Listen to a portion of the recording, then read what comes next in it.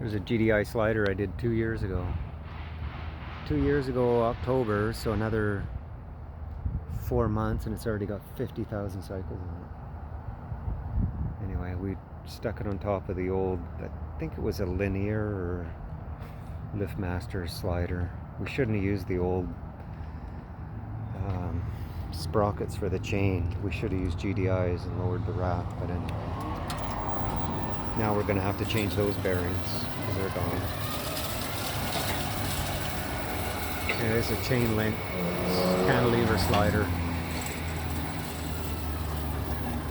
at a storage place in Maple Ridge, Greater Vancouver.